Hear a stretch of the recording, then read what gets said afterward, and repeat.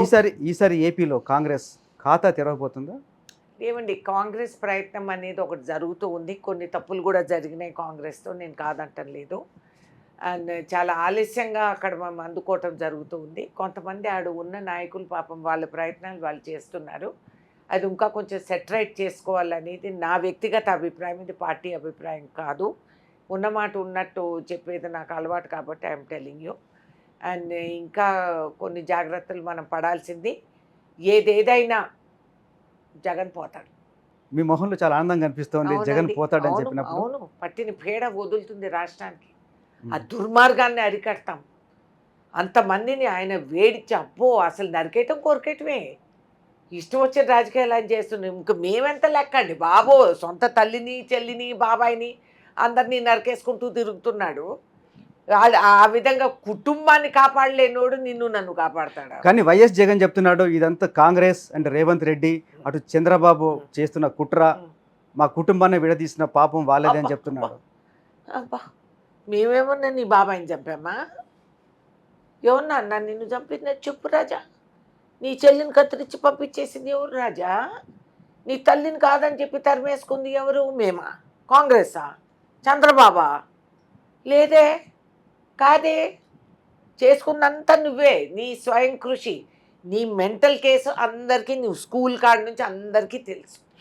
కానీ అందరికీ తెలుసు మీ మానసిక భావాలు ఏంటో, మీకు ఏం ట్రీట్మెంట్లు జరిగినాయో జరగబోతాయో అందరికీ తెలుసు. ఉచితంగా ప్రజలు డబ్బులు ఇచ్చి చేపిస్తారు చికిత్స కావాలంటే. కానీ పోయిన ఎలక్షన్లో కలిసి ఉన్న అన్న చెల్లెల్ని మీరు విడదీసి మీ పార్టీలో చేర్చుకొని ఆయన మీదకి పంపిన మాట నిజం కాదా? ఏదన్నా హిందీ సినిమా కథ ఇది ఏమన్నా? మాకేం పట్టిందండి? నువ్వు నీ చెల్లెతో చేసిన నేరాలకే ఆమె నీకు దూరమైంది. పాపం పిల్ల చెప్పుకుంటూ తిరుగుతూ ఉంది. సొంత చెల్లెని కూడా, ఆడపిల్లని కూడా చూడకుండా ఆయన చేసిన అభండాలు అందరికీ తెలుసు. ప్రధాని మోడీ చెప్తున్నారు కాంగ్రెస్ గెలిస్తే హిందువుల ఆస్తులన్నీ ముస్లింలకు పంచిపెడతారు, హిందూ స్త్రీల మంగళసూత్రాలు కూడా తీసేసుకుంటారని. దీని మీద మీ రియాక్షన్ ఏంటి?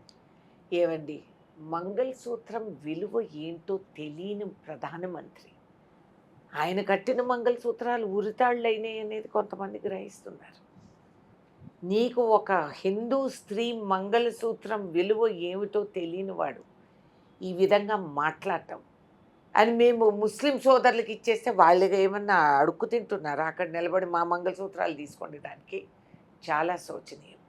ఆయన ఇంత దిగజారిపోయి ఒక పదవి కోసం ఇంత ప్రాకులాడాల్సిన అవసరం ఏమొచ్చిందో దేశ ప్రధానమంత్రి కొన్నిసార్లు ఆయన ఆత్మ పరిశీలన చేసుకోవాల్సిన అవసరం ఎంతైనా ఉంది. It is a national international shame. ఎన్నికల్లో కేవలం ఓటు కోసం అధికార దాహంతో ఈ విధంగా ఆయన మాట్లాడటం చండాలంగా ఉంది. మా మంగళసూత్రాలు కేవలం మావి కాదు, మా మెళ్ళో వేసిన 3 ముళ్ళకి మేము మా కుటుంబాన్ని, మీ గోత్రాన్ని, మీ సూత్రాన్ని అందరినీ కాపాడేవాళ్ళం. మేము ఇంట్లో తిండి లేకపోతే పక్క ఊర్లో తాకట్టు పెట్టి అప్పులు తీసుకొచ్చి అన్నం పెట్టుకునే తల్లులు మేము. పిల్లలకి చదువు సరిపోకపోతే విదేశాలు పంపించడానికి నువ్వు రూపాయి విలువ రోజు రోజుకు తరిగిపోతూ ఉంటే ఈఎంఐలు కట్టుకోలేని పరిస్థితుల్లో మా మంగళసూత్రాలు మేము గిరివి పెట్టి మేము డబ్బులు తీసుకొచ్చి పిల్లల్ని చదివిపించుకుంటాం.